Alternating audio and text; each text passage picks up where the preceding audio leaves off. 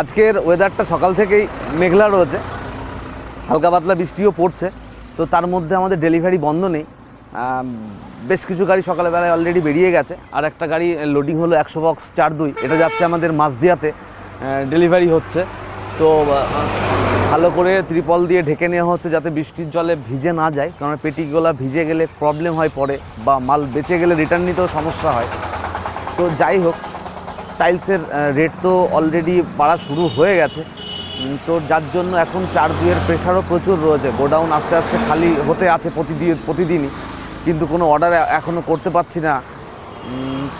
এরপরে কি কন্ডিশান আসবে বা রেটটা কোথায় গিয়ে দাঁড়াবে সেটা ঠিক বুঝতে পারছি না। তো যাই হোক, যতক্ষণ না আমাদের স্টকে মেটেরিয়াল রয়েছে পুরনো, আমরা পুরনো স্টকেই টাইলসের বিলিং করছি।